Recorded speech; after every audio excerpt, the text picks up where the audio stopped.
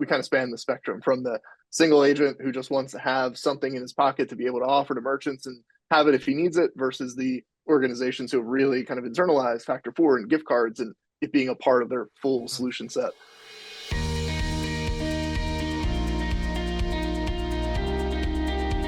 Hey, James, it was a great conversation we had with Ryan today on what is one of my favorite subjects, which is gift cards.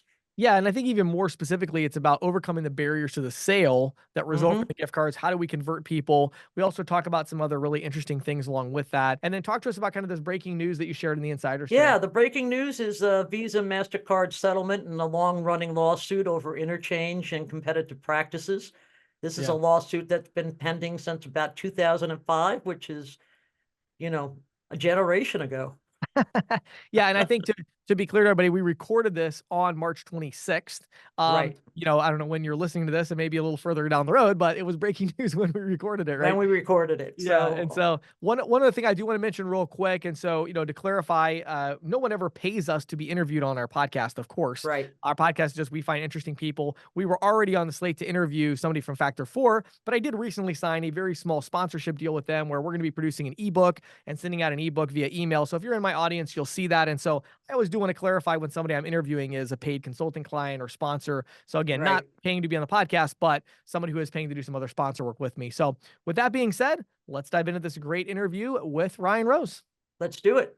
Hey, everybody. Patty and I are here today with Ryan Rose, CRO at Factor 4. How are you doing today, Ryan? Doing well, James. How are you? I am doing fantastic. So we are going to talk today about removing some of these barriers to the sales process around gift cards, loyalty cards, those that have sold payment processing before. We've all been in this situation where we kind of run into a big roadblock. They have an existing gift card or loyalty card program. So we'll talk about that, but we're also going to talk about how to improve the stickiness, reduce attrition in a portfolio. But before we dive into all of that, Ryan, your first time on the podcast, we got to hear your story. Like, how did you end up in this crazy industry? And tell us a little bit of your journey getting to what you're doing today at Factor 4.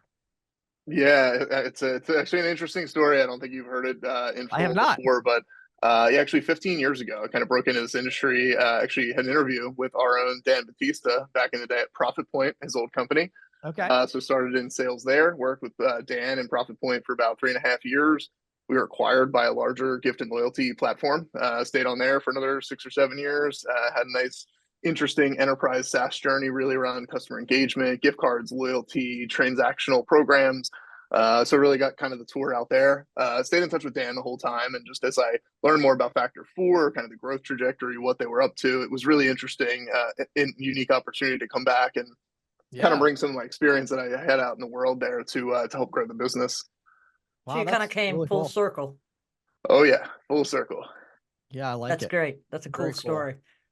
So, okay, I want to start out today. I really want to be practical today and give some advice. I know a lot of agents, kind of look at gift cards, and it's one of those things where almost like they don't want to know about it that much, but they need to. You know what I mean? And they kind of end up struggling with it a little bit. And so let's talk about some common scenarios involving gift cards that can be a barrier to activating a new account. And so I want to go standalone terminal, and then we'll get to some of the more complex ones. So for those agents that are maybe new to the industry, help them understand how an existing gift card program might be set up on a standalone terminal. Yeah, absolutely. So when it comes to standalone terminal, part of the reason we offer that is because we want to be compatible everywhere possible, right? A standalone terminal gives that flexibility that regardless of the point of sale system, the setup in store, we're able to service them. So we do have standalone terminals we work with. We also have iOS and Android apps, right? So these again allow any business anywhere to participate in a universal program. But for us, it's as simple as setting up the merchant's location, downloading our app onto that standalone terminal, shipping it to them ready to go. They can plug it into the wall, run a few test transactions, and they're up and running and ready to go. If they happen to have equipment in the store that we're already compatible with, within a matter of an hour, we can do a download onto that existing terminal over the internet. And again, they run a few test transactions, they're ready to go. So we've taken really, again, a lot of the friction and the hoops out of the process and make it super simple to get started. Yeah, and I think one of the other things there, but I guess just to clarify though, talk about maybe even like current liability reports and some of that. Like as far as I walk into a business and I just want to sell them on payment processing, right? Like that's what I want. Yep. And they're like, okay, cool. And we're filling the paperwork out. And they're like, now I do have this existing gift card program and I've got 700 gift cards out in the field. What does that mean? Can you help, like, again, somebody brand new to the industry? What does it even mean that I have this gift card program? What is it? What is a liability report? Like, can you give us a little more of that context too? Absolutely. Yeah. So the liability report and liability refers to that outstanding balance of gift card value that's already in customers' hands, right? So if you're not familiar with the industry, you might look at this and say, well, they have an old gift card program, right? So if they start with factor four, what happens to all those old gift cards? So again, we made a really simple process. The liability report is essentially a spreadsheet. One column has the card number, the other column has the current balance. We can take that, import it into our platform, and then all of those old gift cards work on factor four going forward. Okay. So Okay. that'll typically be a part of the process. Any merchant that has an existing gift card program, if they don't, no liability report, no big deal. Again, the rest of the setup process is the same. So what would your team do versus what the agent would need to do in order to get this merchant switched over? What would Yeah, that look so like? yeah, all we really need again is a completed setup form, which will tell us the merchant's business information, what equipment they're using, right? Like the terminal or their Right. point of sale system, their billing information, so they can pay their bill to factor four. And then the only other real two pieces of information that we need again, that liability report, and then card artwork if they're printing new cards. So really, those three things: the setup form, the liability report, and their design for the new gift card are all we need to get started. And then you would go and do the work, or would the agent do the work? I mean, how does the division of labor? Yeah, I'd say we have relationships of all shapes and sizes. Okay. Some let us do the heavy lifting and they just say, hey, merchant, here's factor four. They're great. They'll take care of you. And we take it from there. Mm-hmm. Others, they like to have their hands on, they, again, have some deep relationships. They like to maintain them. They like to kind of keep us on the sideline just if and as needed. And we're fine with that too. Okay. Like, one thing I'm really curious about is what percentage, I know this is kind of a loaded question, but like, what percentage of these merchants are you able to switch over to factor four? Like, is it 100%, or like, are there like gift card programs out there where it's like, oh no, that one we can't bring over? Like, what's the percentage there? Yeah, I would say my guess is 95%. So I've been here at Factor 4 for almost a year now. Haven't come across one where we had to say no, right? So that tells Okay. you a little bit of something. Wow. I would say, there's some small nuances to why we couldn't. One being, sometimes there are gift cards out there that are like alphanumeric or have like symbols or random characters in them. Sometimes we, take a test card and we say, oh, you know what, this actually isn't compatible with our system. Right. Again, I haven't even seen that personally. That's just me kind of conjuring up a story of like, if there was going to be a situation where we had to say no, it might be something weird like that, right? Right. So let me restate this and make sure, correct me if I'm wrong here. I want to make sure I'm saying this correctly. So what you're saying is, if I go into a merchant location and they have an existing gift card program and they have physical gift cards that are out already with customers, in the vast majority of situations, at least all the ones you've been aware of in the year that you've been at Factor 4, those existing gift cards, they have that magnetic stripe, and all that stripe, the only data on there is this number. And this number corresponds to a card. So as long as I can get this liability report that shows the card number and the balance for that card number, Factor 4 can load it in. And then those existing gift cards, when somebody goes to swipe that through the device, it's now going to go to Factor 4. Factor 4 will get that number, match it up to the balance, and they can use it just like, it's going to work fine. That's exactly right. And I'll say, that didn't all happen by accident, right? I guess a little Right. bit more Right. to add to the story is that, and again, in the year that I've been here, I really noticed that our reseller network is really the lifeblood of our business. So we do go direct to merchants, we go direct to franchise groups, and we sell our solution. But, where we're really the most successful is working with, a lot of these merchant processing and point of sale solution providers, because they need a good solution. They're used to working with a lot of the legacy players out there. And a lot of them start calling us and say like, hey, we used to work with, I won't name names, but XYZ gift card company. They're dropping Right. the ball, right? And Right. we've really picked that up to say, this is our focus. We want to be Yeah. super responsive, super active when it comes to our Mhm. reseller network, because we know that this is really where gift card programs change hands too, just like credit card processing does, right? And they Right. have Right. the Right. relationships, they've already built the trust. So it really Mhm. makes a lot of sense for us to kind of enable them on the front lines dealing with these merchants to have all those Sure. tools to be successful. So that's really what we've leaned into over the last couple months. Sure. Okay, so when people, think about the gift cards, we talked about kind of the terminal. What about a more complex setup? What about like a full feature point of sale system in a restaurant where they've got gift cards enabled? I mean, maybe you already answered this because maybe it's just that easy, but like, are there any unique challenges that you see with companies where they have a point of sale solution or something along those lines? Any challenges that you see with that setup versus a terminal?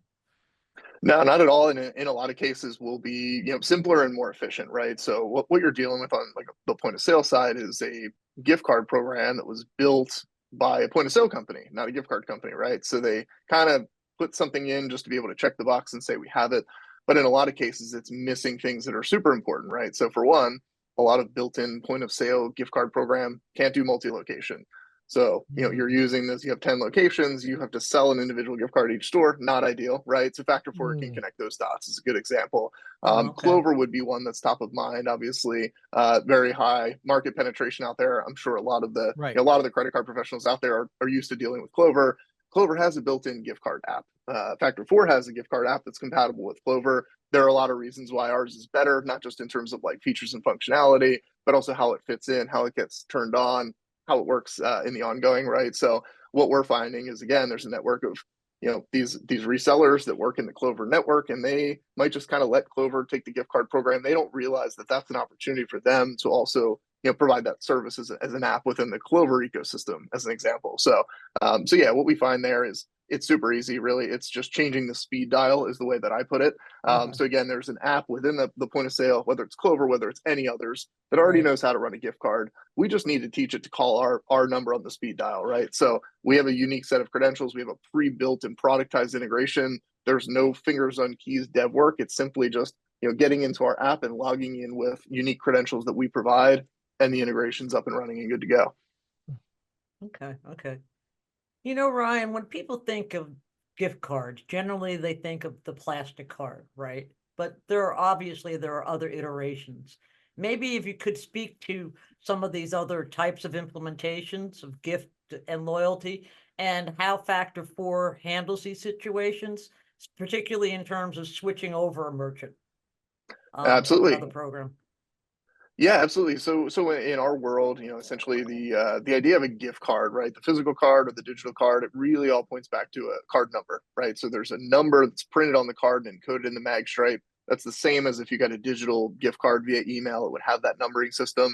So when the customer comes in, you can either scan or swipe or key enter that number, and it all does the same thing, right? So from an implementation standpoint, we can generate 1,000 card numbers and print them onto 1,000 physical cards for the merchant. We could also generate 1,000 card numbers, and they're just digital gift cards essentially, right? They don't actually get printed onto plastic. So really, from a functionality perspective, it all works the same. But we do also have a hosted solution. So these merchants, again, they're dialed into their point of sale. They have Factor 4 integrated. They can sell and redeem gift cards in store. We also have a turnkey solution to create a custom website that sells digital and physical gift cards that then all are compatible with the point of sale in store as well. So it's another huge value add, another way to get digital gift cards, circulating. But it also actually gives customers the option: do I want a physical gift card because I want to show up to Nana's birthday with something in my hand, or am I a last minute gifter that needs to just send this digital gift card via email, for example? So yeah, we can offer all of those solutions. And again, from an implementation and what you need to know as the merchant, really not a huge difference.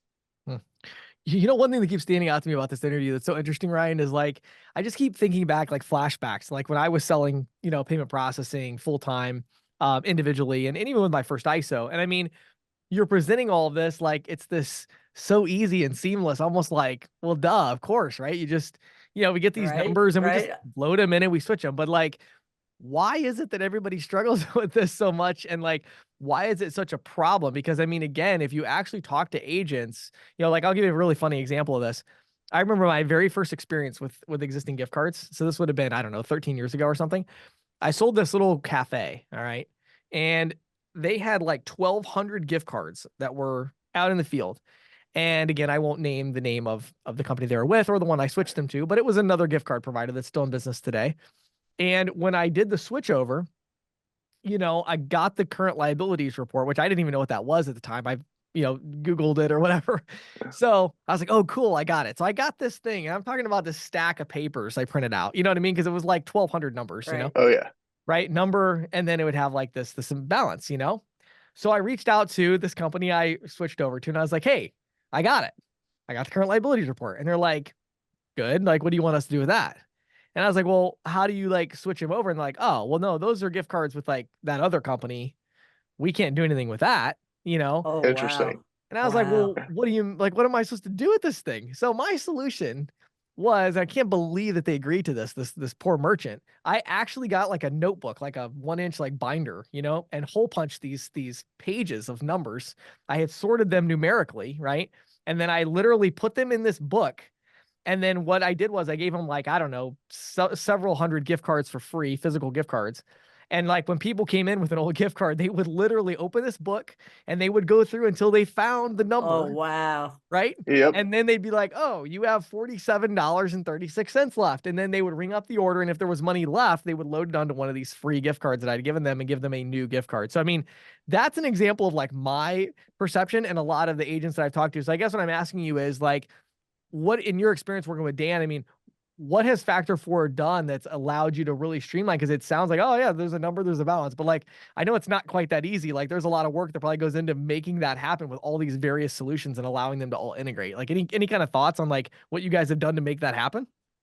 Yeah, and I think it really goes back to it's hard to say this because it sounds simple, but we're listening, right? So we know kind of what some of the challenges are out there, and we've dedicated, and prioritized solving them. So as we start to build up this reseller network and we stay really active and engaged, we hear from them of like, hey, this is why we left so and so company and why we like working with Factor 4. Could you do this, or is this possible? And we really listen and we really take that to heart to say like, hey, we're not just serving merchants, right, with our solution. Obviously, our platform, our offering needs to be great for the merchant, but I don't think there's that second layer of, well, like, how is this getting distributed? Who else has their hands on it, and how does it be great for them too? So I think that's really at the crux of it, is that we've paid a lot of attention to who it is that's really facilitating our business, which in a lot of cases is these resellers. So we want to make sure we're great for them as we are for the merchants. Yeah. Okay, so a couple other questions real quick. We're going to shift gears a little bit. So I love what you said so far about the switching side of it. It sounds like you guys have that as almost a solved problem for the most part. So let's talk about revenue a little bit. I know, most of our listeners, when they think about gift cards, they think more in terms of this like barrier to the sale, as we've discussed. But obviously there's also an opportunity here to make some money. So talk about that a little bit. How does that work with Factor 4 for the ISO agent? What are the revenue drivers here, and what's the opportunity for them to make some money?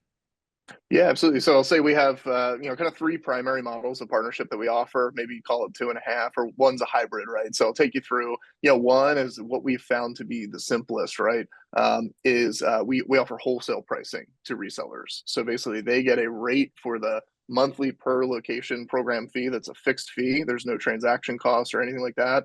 They also get wholesale pricing on selling the cards, the production side of the cards, and accessories, packaging, all that good stuff. So they can basically then take that and make what they want of it. Some large organizations, or if the credit card deal is worth enough in revenue and you need to satisfy the gift card requirement, you as that agent might just absorb the wholesale cost and give it to your merchant as a gift. In other cases, you're looking to be opportunistic. You can mark up that wholesale rate and you make the difference as a commission. So it's really kind of the best fit to say, if in some cases you want to absorb that cost or just pass it through or mark it up, this is the best, kind of realm of flexibility for you.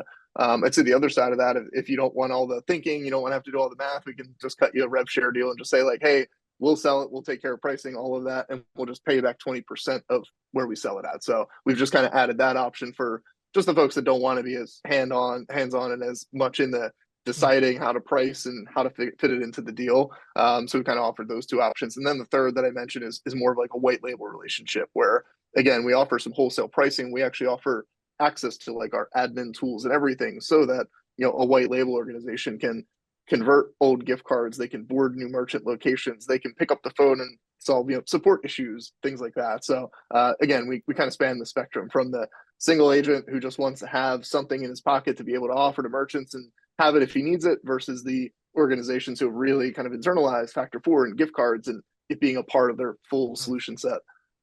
Right. Love it. Great. So my last question for you centers around the ISV. So we are getting more and more in our audience, ISV owners, ISOs that are building ISVs, right? Things of that nature. And I think in a lot of cases when I have these conversations with them, frankly, I've been a little surprised at the fact that the gift cards tend to be relegated to, an unimportant feature in their mind. I mean, frankly, they don't build it till like, oh, well, that's for down the road. We built that out a lot more. Talk about, in your mind, the importance of the gift card program for attrition, for driving revenue, and kind of specifically when it comes to the ISV, why should they consider this feature to be a core to build on, with something like a Factor 4 to build something like this into their solution? Yeah, I'd say as a starting point, this becomes gift cards in general. Just again, over the 15 years that I've been dealing with them, definitely shifted from a nice to have to a must have. So a lot of situations, people are going to have an existing program. In a lot of cases, they're getting that from their credit card processor or their point of sale provider. So if that thing is switching, you're not going to win the business if you don't have an option, right? So that's kind of like the ground layer of having something, Right. because you'll lose deals if it's a Right. requirement. And then the second is kind of flipping it more out of the commodity, right? Again, gift cards being a must have these days, but I think it's still at that baseline of like, we must have it and we must just have some behind the counter in case somebody walks in and asks about it one day, versus again being more promotional, being putting signage in the store that says we sell gift cards here and having them displayed on the counter where the Right. customer opens their wallet, all these little things, right, that add up. So I think maybe flipping the conversation kind of puts you more in that trusted advisor seat, right? I'm bringing you something valuable. I'm not just selling you a Right. widget. This is something that's really important to your business. And the people that do okay do it this way. The people that do really good at it do it this way. So I think that's also part of the enablement, how we're trying to bring up all the organizations that we work with, is to break out of that commodity, right, and talk about it as a bigger solution. And again, therefore, that kind of drives that stickiness factor. I can give you one specific example that really hits the heart of that. Is yearly, a lot of our larger merchants, they will do promotional gift card sales. So they might do like $500 gift card for $80, or $500 Right. gift card and get a bonus 20 for Father's Day, Mother's Day, right, or whatever. Right. And they see huge ROI on these programs, right? So Yeah.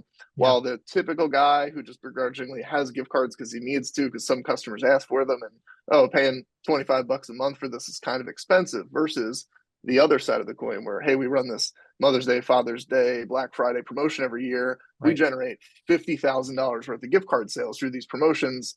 We know this is hugely valuable, and we couldn't think about waking up next year and not being able to do this, because it's an important part of like our marketing, right? And it really starts to fit in and become more than just a have it if you need it, and something we can proactively use. So I think when you get into that level of the conversation, you start to actually drive value and ROI with it. That's where it separates it from, we're getting gift cards from our bank or our credit card processor and they can run transactions, right? It's a vastly different world, I think.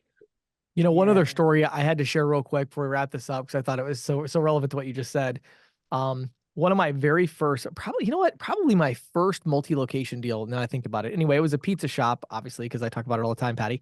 But anyway, Of course, your favorite topic. had to be a pizza shop. But Had to anyway, I be. sold a lot of pizza shops back in the day. But this guy had like 7 locations, always opening another location, and just so busy, like insanely busy. Every time I went in there, it was just packed for lunch, dinner, doesn't matter, just packed out. And so one day I was just talking to him, and I had signed him up, and I had actually, by that point, I figured out how to actually switch the gift cards over, so he didn't have to use a Yeah, book. there you go. And it was very important to him. Like, it was a really, really, really big deal Sure. to him to have about the gift cards. So anyway, I sat down with him one day, and I was like, man, like, give me your wisdom here. Like, how did you grow this? This is like this pizza shop is so busy. And he's like, yeah, I did it with gift cards. And I was like, what do you mean you did it with gift cards? How does that Wow. grow your business? And he said, well, look at where my locations are. And every location is near a college campus of some kind. Okay. So, just little community colleges. And he's like, what I do in high schools and stuff. And he's like, every year he goes out and he buys like a ton of these $10 gift cards. This is a long time ago, but he buys $10 gift cards, and he would buy like 5,000 $10 physical $10 gift cards. And what he would do is he would just donate these to the school and say, use it for a fundraiser and charge whatever you want. Well, Perfect. the Yeah, schools yeah. love this, right? And so they would, so he'd give one school 1,000 gift cards. Well, they'd raise $10,000, even if they sold them for $10, And so, and so he would help them just raise his money for free, and they would love it. Well, then what would happen is, all these parents have a $10. What do you do with a $10 gift card? You can't buy anything with that. So Can't they get a go in and pizza. they go in and they spend $50, Yep. and they're like, oh, here's this guy, and this is where we buy our pizza. And it just and he did that every year like clockwork. Each of his locations, before he opened a location, he would find the school and talk to the person, say, I'm going to open a new pizza shop. Can I donate these gift cards to you? And he would find that was like his first relationship. So I just think it kind of goes to show, like, there are some really interesting marketing tactics along those lines, And Yeah, then I love that. Yeah. and then on the other end of the spectrum, it was just about a year ago, I was out Christmas shopping, right? A couple of these little boutiques, and I say, hey, for my nieces and nephews, I'd much rather have gift cards because I can't pick out stuff. Right. Oh yeah. And I went to this one store and I couldn't believe it. This woman pulled out a book and started writing it in longhand. I was Mhm. just totally blown away by it. It's like, wow, still doing these things by Right. longhand. Right. Right. Well, this has been a really, really insightful interview, Ryan. I really enjoyed it. And as I told you in the beginning, I like this topic because I think this is something I've said this before.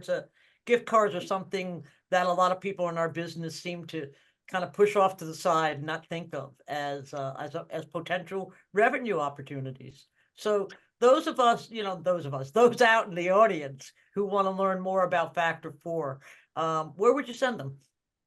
Yeah, so we can, they can contact us directly, sales@factor4gift.com is the easiest way. That'll come in and we're super attentive. So we'll respond with whatever they're looking for, whether it's just to understand a little bit more or just how do I get signed up. I'd say, last point to stress there is that what we do, there's nothing binding, right? There's Right. no commitment, there's no minimum. So we have, folks that resell multiple gift card platforms. They just kind of look at who's the best. So I would encourage everybody, really just to say, have this in case you need it. And there's really Right. no harm if you don't, right? So Right. that's the way we usually position it. Is just trying to keep it super simple. And again, once you get some experience working with us, you'll see the difference. And I think that your merchants will as well. And that Yeah, was again, that and was, just, go I'm ahead. sorry, No, if go you ahead, could Patty. just repeat that web address, because I think it's important for people to know it's Factor numeral 4. Yes, factor4, the number 4gift.com. So Okay, sales thank you. at factor4gift.com. Okay, thank you. Awesome. Good stuff. Well, Ryan, it was a real pleasure having you on today. Thanks again for sharing your insights with us, and we wish you guys great success. Hey, everybody. We're here with Vlad Sadovsky, CEO of Nativia, which, of course, is the sponsor of the Merchant Sales Podcast. And Vlad, I know you've got an announcement for us. Your exclusive events are kind of gaining some momentum, some notoriety. So what's next? Well, James, you should have been for the one that we did the first card member event in Vegas. I know. We I had can't believe I over missed it. we had over 300 people at the event Wow. with a capacity of about 200.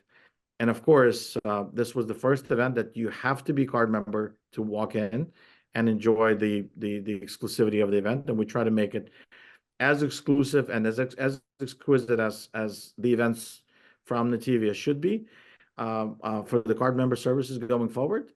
And so in that spirit, we're on to the sport events. Okay.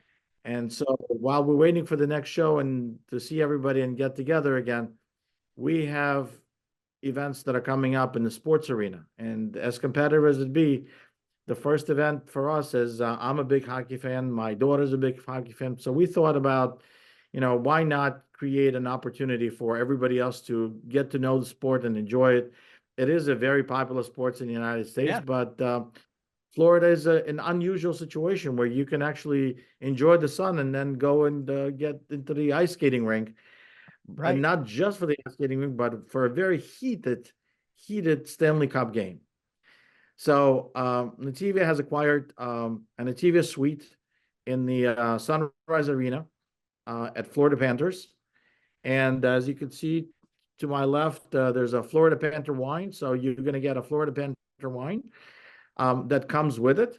And the requirement is very simple. Spend between the matches. The biggest spender gets to get the airplane ride, hotel, and a ticket to the game all on us. Wow. That's So pretty if sweet. you're a professional member, you will have an exclusive experience like nobody else. You'll get to meet our team at the suite. You get to drink special Florida Panther wine and enjoy a Stanley Cup game. So let's recap a little bit here, because I also want to make sure for those who maybe aren't sure about what's happening, we're talking about nativia.com/professional, I believe is the link we go to, right? So that's if you're not a card holder, a member yet, you go there and there's a payment professional card. It's a special card from Nativia Banking that you get. Once they have Yes. that card, then when they actually use this card and use Nativia Banking, they get some points. And you're saying that coming up with the Stanley Cup, if they spend a certain amount in between matches, the highest spenders, they're going to get an opportunity to come to a box seat at the Stanley Cup for an exclusive Nativia members only event. And the airplane tickets and the hotel is included. Wow, that's fantastic. Awesome. So, all right. So Vlad, we just want to send them to nativia.com/professional to get their card. Anywhere else you want to send them to get more information about this? Well, contact your rep, contact the team members that we're always at the show. and definitely contact me directly on LinkedIn if you can't find anybody else. I'm always available. Awesome. Vlad, thank you so much for your time and for this exciting announcement. So for those of you that are, professional card holders, check it out, and hopefully get to see you there at the Stanley Cup. Hey everybody, Rich Norton and I are back here for the third installation of this little mini series for those of you that are brand new to the payments industry, trying to figure out which end is up.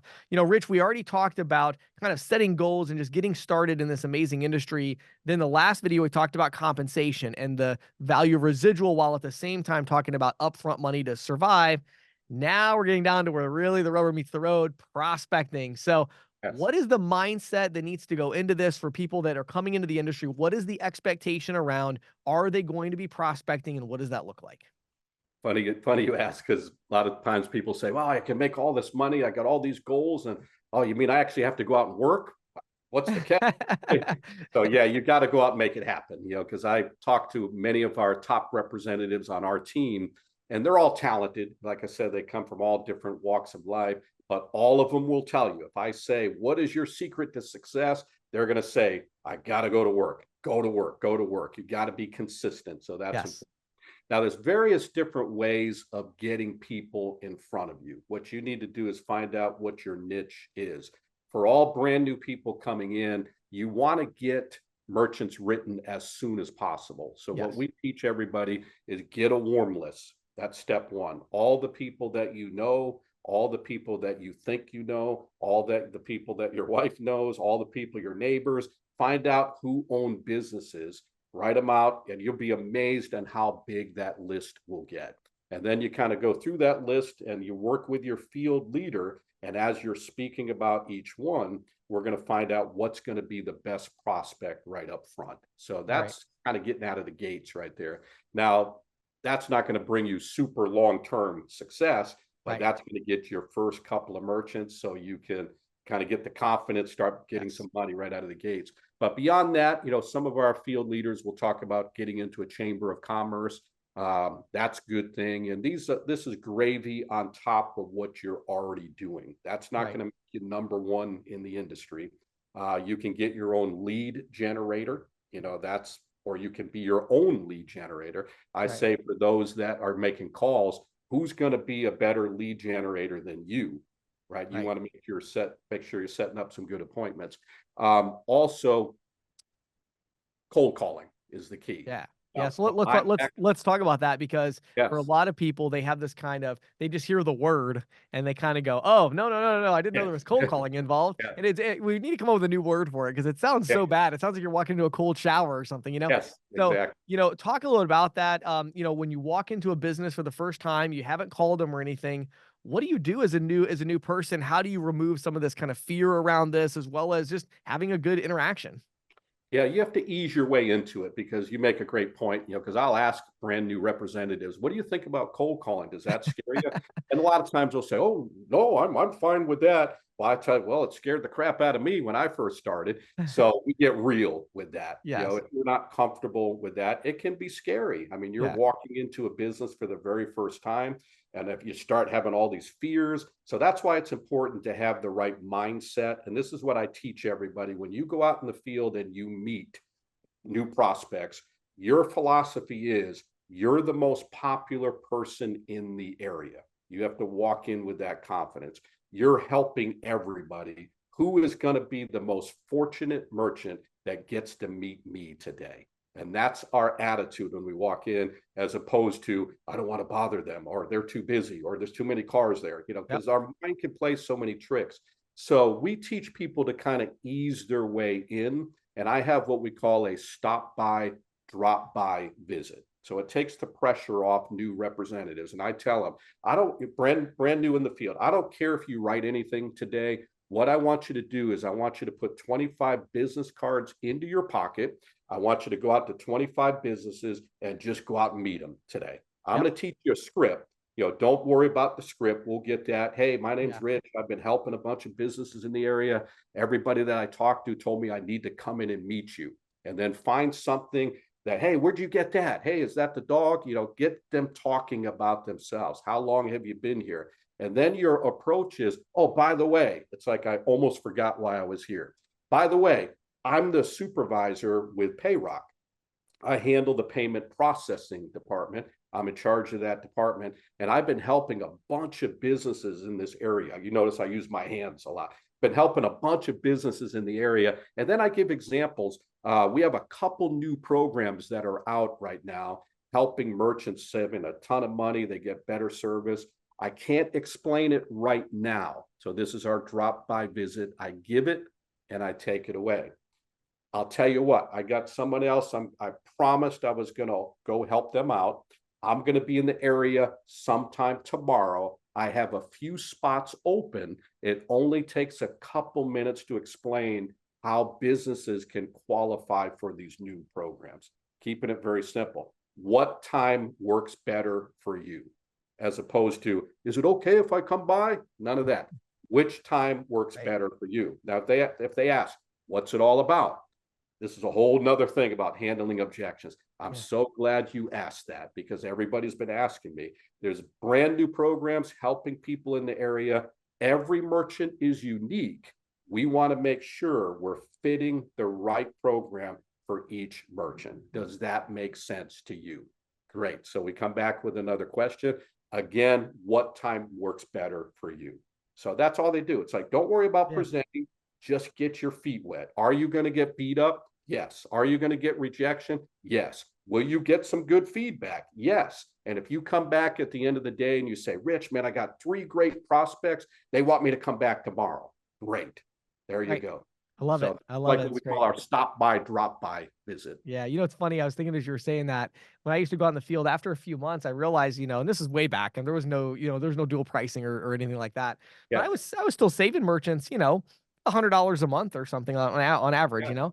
And I was like, well, that's like $1,000 a year or more, you know, $1,200 a year. So I started getting myself in the mindset where I would say, what would my mindset be if my job was to walk into this business and give them a check for $1,000 and all they had to do was accept it? That's right. Would I be willing to interrupt them? Would I be willing to get their attention even though they're busy?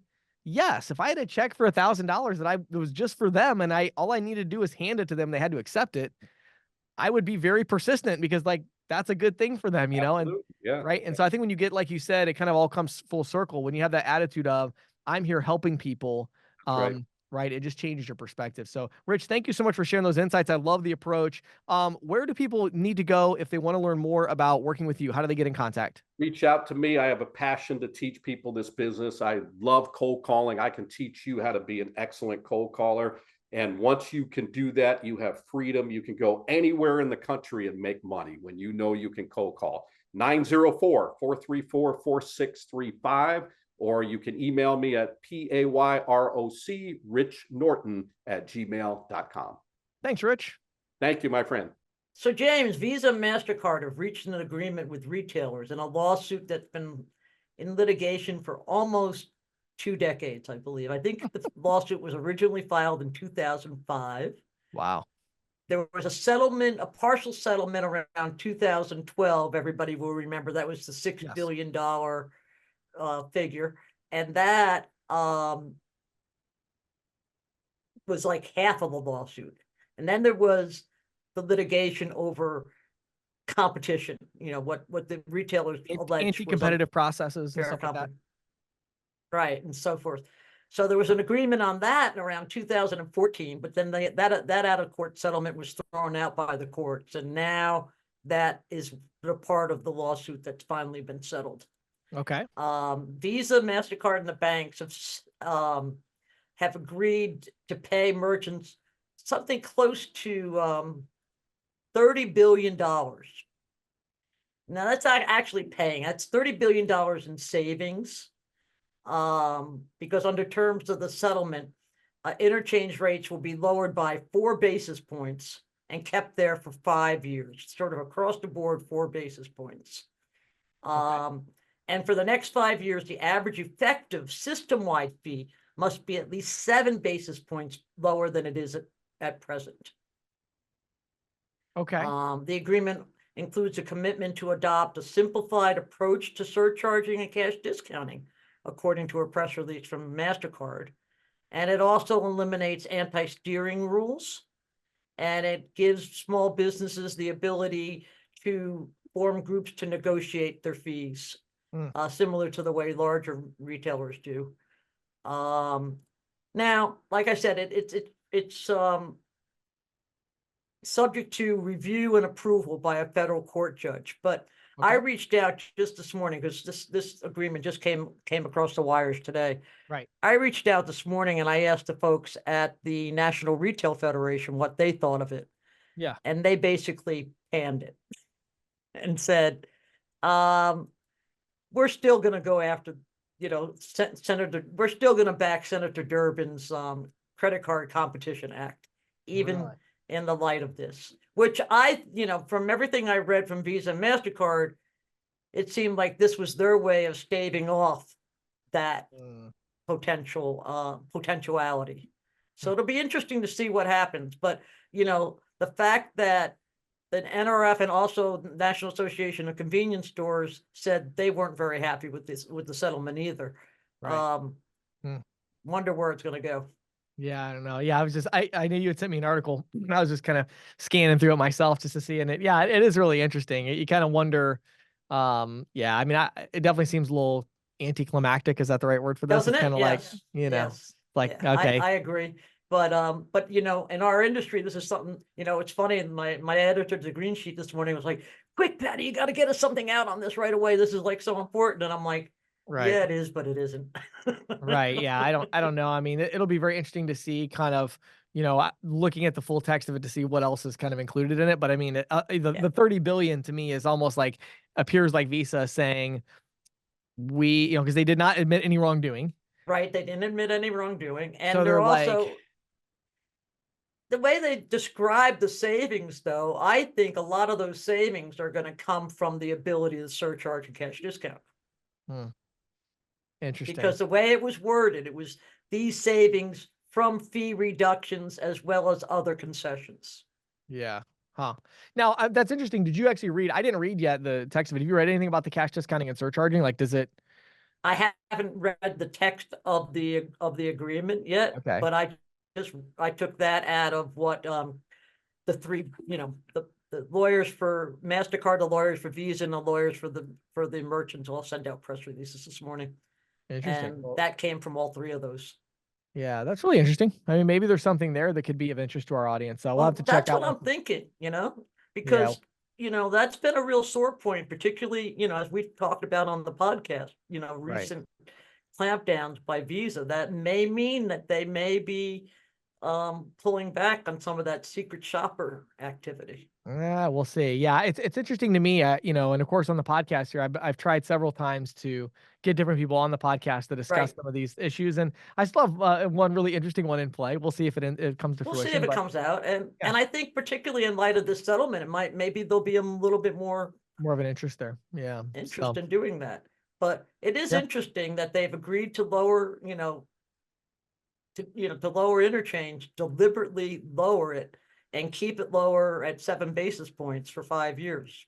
Yeah, I could see there being a lot of savings just in that. I mean, it's not necessarily That's what I'm thinking. Yeah, it's not a huge kind of moral victory or whatever for the plaintiffs as far as Visa and MasterCard, or it's like their claim is that Visa and MasterCard through anti-competitive practices have been artificially increasing the cost of card acceptance, and Visa and MasterCard are like, yeah, we'll stop raising those rates for a little while.